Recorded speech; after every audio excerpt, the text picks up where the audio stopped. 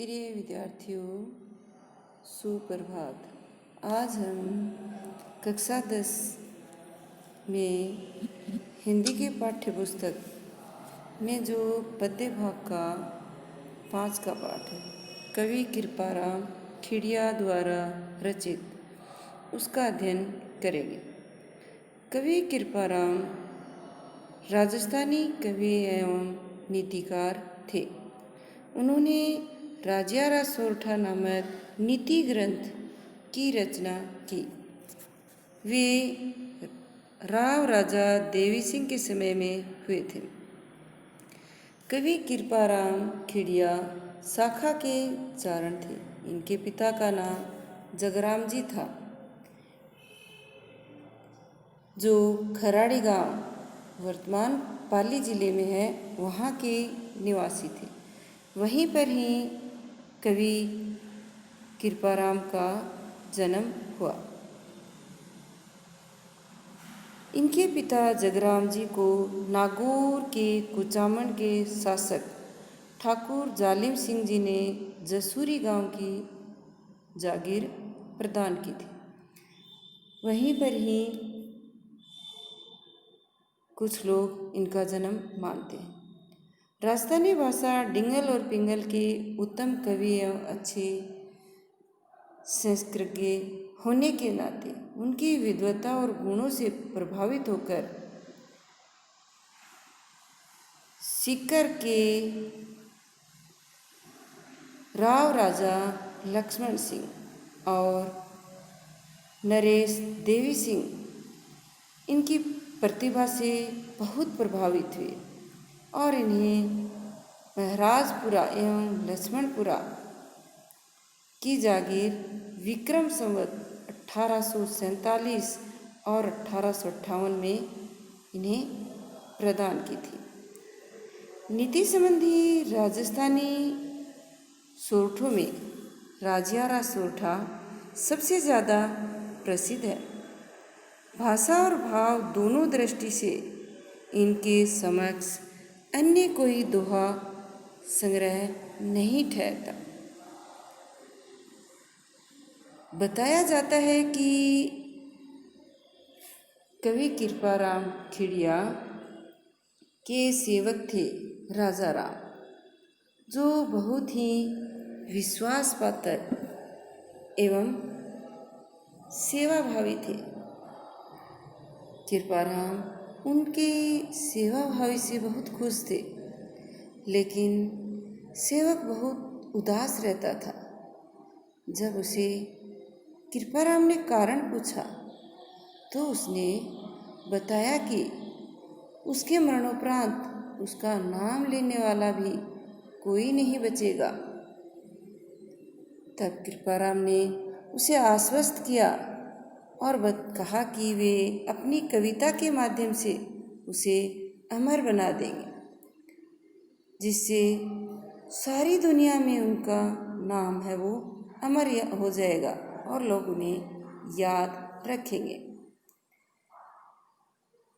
इसीलिए कृपाराम ने अपने सेवक राजा राम अर्थात राजिया को संबोधित करके राजियारा सोरठा ग्रंथ की रचना की, जो संबोधित काव्य माना जाता है।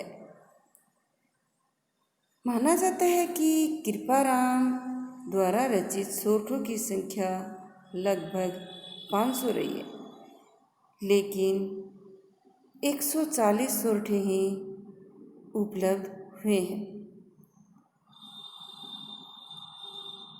उन्होंने अपने सेवक से कहा था कि तू चिंता मत कर, तेरा नाम लुप्त नहीं होगा, मैं तेरा नाम अमर कर दूंगा।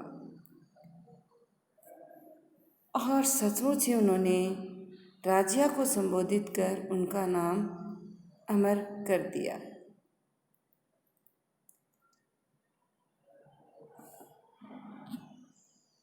कवि कृपाराम खिड़िया का रचना काल संवत 1864 विक्रमी के आसपास माना जाता है।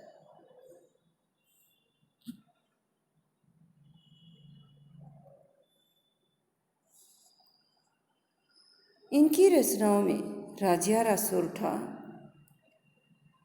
जो काव्य है, चालकनेसी जो नाटक है तथा एक अलंकार ग्रंथ के नाम भी गिनाए जाते हैं।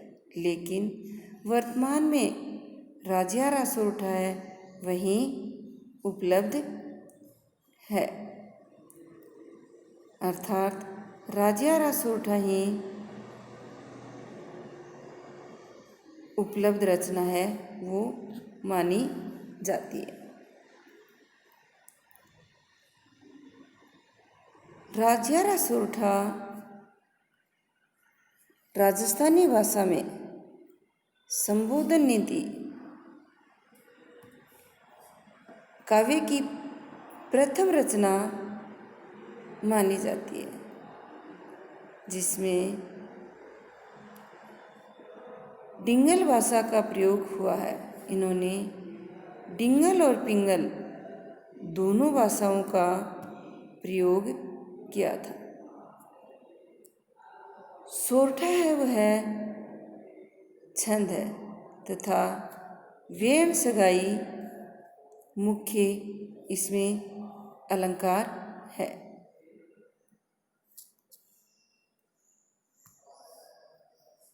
इनकी सहजता, सरलता एवं सरसता तथा प्रसाद गुणयुक्ता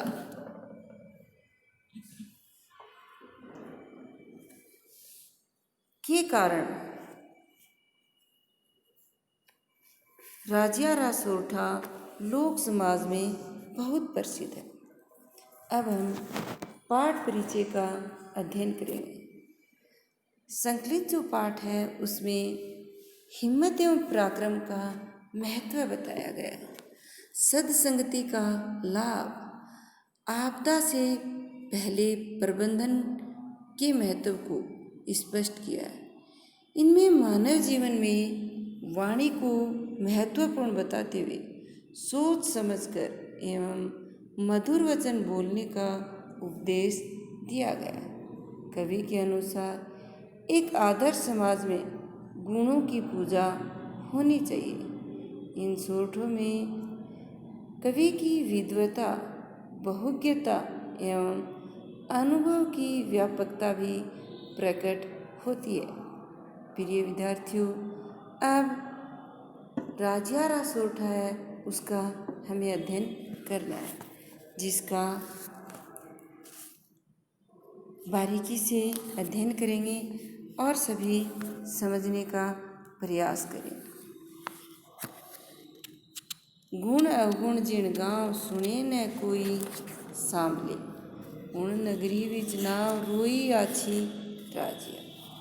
ये विद्यार्थियों, पहले हमें सप्रसंग व्याख्या करनी है। इसमें हमें प्रसंग लिखना है। क्या होगा? यह सोरठा कवि कृपाराम खिड़िया द्वारा रचित है।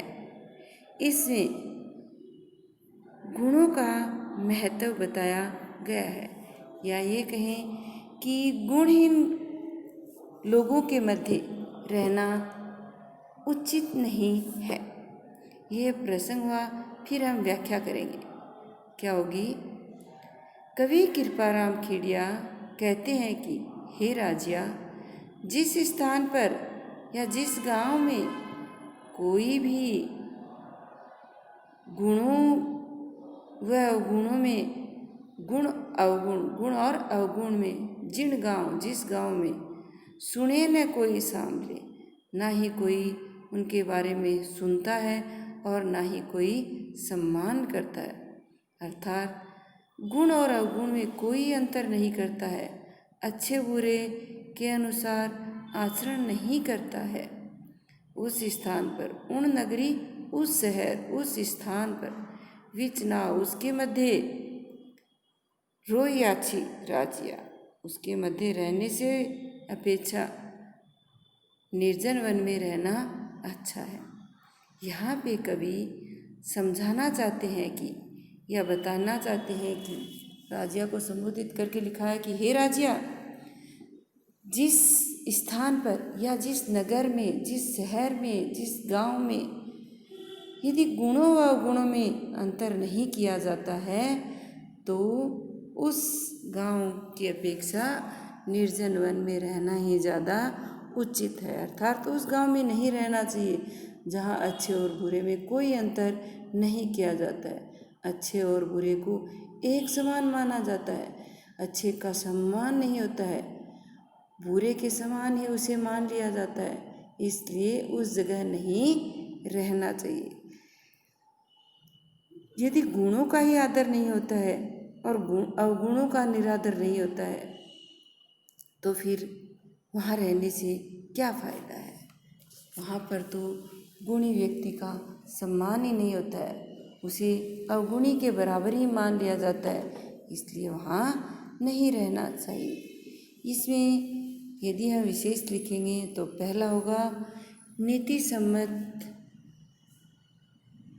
कथन है। दूसरा होगा सोरठा छंद की गति यति उचित है, क्योंकि ये सोरठा है और छंद है, इसलिए इसकी जो गति यति थी वह भी उचित थी।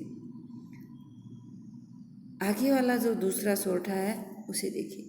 कारज सरे न कोई बल पराक्रम हिम्मत बिना, हल कार्या की होय रंगा स्याला राजिया। प्रिय विद्यार्थियों, इसमें भी हमें प्रसंग लिखना है। प्रस्तुत अवतरण, प्रस्तुत सोरठा कवि कृपाराम खिड़िया द्वारा रचित राजियारा सोरठा में से लिया गया या अवतरित है। इसमें कवि ने हिम्मत एवं पराक्रम का महत्व बताया है। अब व्याख्या क्या लिखनी है हमें। कवि कृपाराम कहते हैं कि हे राजिया, कारज सरे न कोई बल पराक्रम हिम्मत बिना। हे राजिया, बल पराक्रम और हिम्मत के बिना, इनसे रहित होने पर कोई भी कार्य है वो पूरा नहीं होता है। अर्थात बल पराक्रम और हिम्मत के अभाव में कोई भी कार्य वह पूरा नहीं कर सकते। हलकार्या की हुई रंगा सियाला राजिया, कवि ने उदाहरण देते हुए बताया है कि रंगा सियाला राजिया, यदि सियारों को हम रंग दें तो वह शेर नहीं बन सकता है, वो शक्तिशाली नहीं बन सकता है। यदि हम उसके ललकारें तो भी वह पराक्रम नहीं दिखा सकता है। कहने का तात्पर्य है कि यदि सियार को, गिद्दड़ को यदि उसे रंग कर दे तो वह अपना पराक्रम नहीं दिखा सकता है, क्योंकि वह शक्तिहीन होता है। पराक्रम शेर में ही होता है। तो इसीलिए बताया कि यदि हम उसे शेर के रंग में रंग दें तो वह हिम्मत नहीं दिखा सकता है, पराक्रम नहीं दिखा सकता है। तो यहाँ पर क्या बताया है कि बलहीन यदि शक्ति नहीं है तो वह शक्ति प्राप्त रंगने से या ललकारने से शक्ति प्राप्त नहीं कर सकता है। इसका विशेष होगा सोरठा छंद की गति यति उचित है।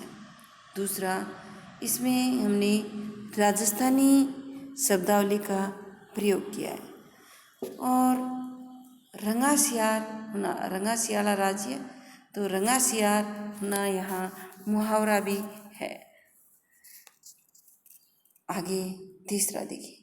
मिले सिंह वन माह है, किरण मार्ग मृगा मृगपत कियो, जो रावर तीजा है रहे उरदगत राज्य। यह अवतरण भी कवि कृपाराम खिड़िया द्वारा रचित राजियारा सोरठा में से लिया गया अवतरित है। इसमें बल एवं पराक्रम का महत्व बताया गया है। क्या बताया है? मिले सिंह वन माहे किण मिर्गा मृगपत कियो। कवि कृपाराम कहते हैं कि हे राजिया, वन में सिंह रहता है, उसे किसी मृगा अर्थात पशुओं ने, जो वन में रहने वाले पशु हैं, उन्होंने अपना मृगपत, अपना राजा नहीं बनाया है। मिले सिंह वन माहे, मिलता है सिंह, शेर वन माह है, वन के अंदर। किन मिर्गा, किन मिर्गों ने अर्थात पशुओं ने, जंगली पशुओं ने मृगपत कियो, मृगपत अपना राजा बनाया। अर्थात जंगल के जो पशु हैं वो कभी भी शेर को अपना राजा नहीं बनाते हैं। जोरावर अतीजा है, वह तो जोरावर अपनी शक्ति से, अपने बल के माध्यम से अतीजा है, उसी शक्ति के माध्यम से ही वहाँ का राजा बनता। रहे उरदगत राजिया, इसीलिए वह उरदगत सबसे ऊपर स्थित है या सबसे ऊपरी स्थान वह प्राप्त करता है। यहाँ कहने का तात्पर्य कवि समझाना चाहते हैं, नीति संबंधी हमें बताना चाहते हैं कि यदि जंगल में शेर रहता है, वो वहाँ का राजा बना रहता है, तो उसे जंगली पशु है वो अपना राजा नहीं बनाते। वह तो अपनी शक्ति के माध्यम से ही जंगल का राजा बनता है और जो ऊंचा स्थान है वह प्राप्त करता है। तो इसका विशेष होगा कि शक्तिशाली का सम्मान होता है या शक्तिशाली को ही उच्च स्थान मिलता है। दूसरा होगा सोरठा छंद की गति है, या ये कहें कि गति यति है वो उचित है। इसमें अनुप्रास अलंकार है एवं साथ ही काव्यलिंग अलंकार भी प्रयुक्त हुआ है। सभी में सोरठा छंद है वह लिख सकते हैं। अब आगे चार का देखिए। आछा जुद अणपार, धार खगा सन्मुख दसे, भोगे वे भरतार, रसा जी के नर राजिया। प्रस्तुत पद्यांश, प्रस्तुत अवतरण कवि कृपाराम द्वारा रचित राजियारा सोरठा में से अवतरित है। इसमें भी हिम्मत का महत्व बताया गया है और हिम्मत से क्या सफलता मिलती है, क्या परिणाम मिलता है, उसे भी दर्शाया। व्याख्या होगी। कवि कृपाराम कहते हैं, हे राजिया,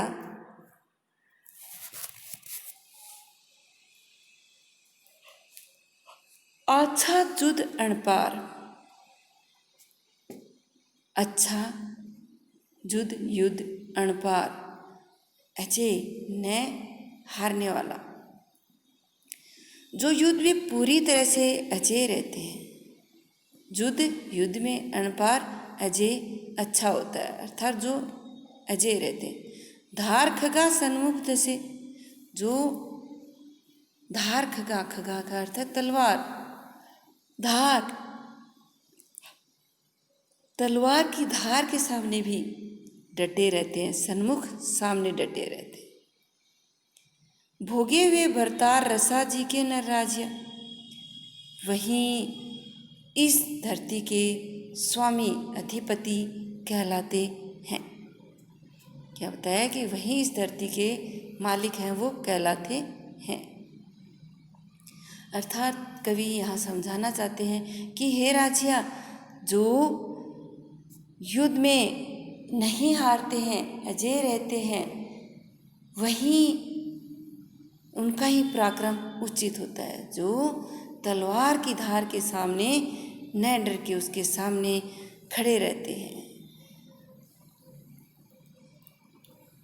वही है उनकी वीरता का मुकाबला वीरता से करते हैं, अर्थात दुश्मन का मुकाबला वीरता से करते हैं। वहीं इस धरती के भोगे हुए भरतार होकर स्वामी, इसके धरती के भरतार स्वामी बन जाते हैं। रसा जी के नर राजिया, वहीं रसा जिनमें शक्ति है, इस धरती के ऊपर रहते हैं, वही इसके स्वामी कहलाते या वही शासन करते हैं। इसका विशेष होगा कि पराक्रम का महत्व बताया गया, साथ ही अनुप्रास और काव्यलिंग अलंकार है।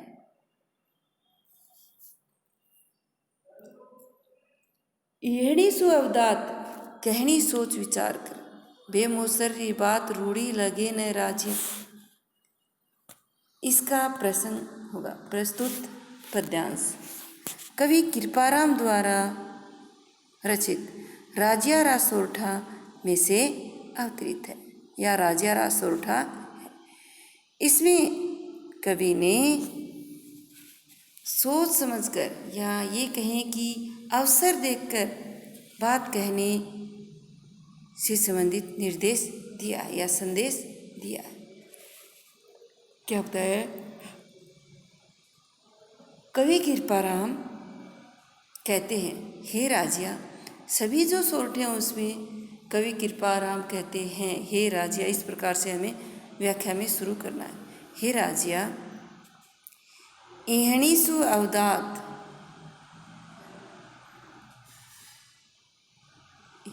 हे राजिया सोच समझकर कहनी सोच विचारी, बात है वो साफ, अवदात उज्जवल, साफ, स्वच्छ, निर्मल बात है वो सोच विचार कर कहनी चाहिए।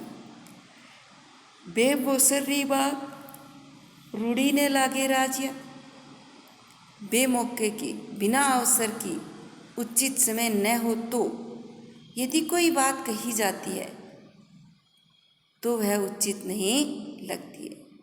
कवि ने यहाँ बताया है कि हे राजिया, यदि अवसर के अनुसार ही कोई बात कही जाती है, सही समय है, उचित समय देखकर जो बात कही जाती है तो उसी का ही महत्व होता है। बिना अवसर के कोई बात कहते हैं तो उसका कोई महत्व नहीं होता है। इसलिए मनुष्य को सोच समझकर ही अपनी बात कहनी चाहिए। यदि बिना सोचे समझे वह कुछ कहता है तो उसका कोई महत्व नहीं होता है। इसका विशेष होगा अवसरानुकूल बात करना बुद्धिमता है, साथ ही अनुप्रास एवं काव्यलिंग अलंकार का प्रयोग हुआ है। आज हम इन 5 सोरठों का ही अध्ययन करेंगे। सभी को अपनी नोटबुक में इनके बारे में या कवि परिचय लिखकर सप्रश्न व्याख्या करनी है। आगामी कक्षा में हम आगे के जो सोरठे हैं उनका अध्ययन करें। यदि किसी को समझ में नहीं आ रहा है तो मेरे नंबर पर फ़ोन करके या व्हाट्सएप के माध्यम से मुझे पूछ सकते हैं, लेकिन सभी का ध्यान से सुने और अध्ययन करें, क्योंकि जो हमारे जीवन में नीति संबंधी बातें हैं वही इनमें बताई है। सबसे सरल है। सबसे पहले वाले में बताया है कि मनुष्य को गुण अवगुण की जहाँ कदर होती है वहीं जाना चाहिए, वहीं रहना चाहिए। उसकी अपेक्षा यदि कदर ही नहीं होती है तो कहीं निर्जन स्थान पर चला जाए तो ही ज़्यादा उचित है। दूसरे में बताया है कि बल और पराक्रम के बिना कोई भी कार्य पूरा नहीं होता है। यदि हम शियार को ललकारें तो वह आक्रमण नहीं कर पाता, शिकार नहीं कर पाता है। और उसी प्रकार से बताया है कि हम देखते हैं जंगल में शेर रहता है, लेकिन उसे कोई भी अपना स्वामी नहीं बनाता है, वह तो अपनी शक्ति के आधार पर ही स्वामी बनता है। दूसरा उसी आधार पर है कि जो व्यक्ति शक्तिशाली होता है, तलवार का सामना करता है, वीरता से सामना करता है, वही इस धरती का स्वामी बनता है। और इसी आधार पर पांचवा बताया है कि मनुष्य को सोच समझ कर ही बात है वो स्पष्ट कहनी चाहिए। बिना सोचे समझे कोई बात नहीं कहनी चाहिए। यदि बिना सोचे समझे बात कहेगा तो उसका गलत असर भी हो सकता है। इसलिए मनुष्य को अवसर देखकर और उचित समय के अनुसार उचित बात है वो कहनी चाहिए। प्रिय विद्यार्थियों, इसका अब आप अपनी कॉपी में सह प्रसंग व्याख्या करेंगे। धन्यवाद।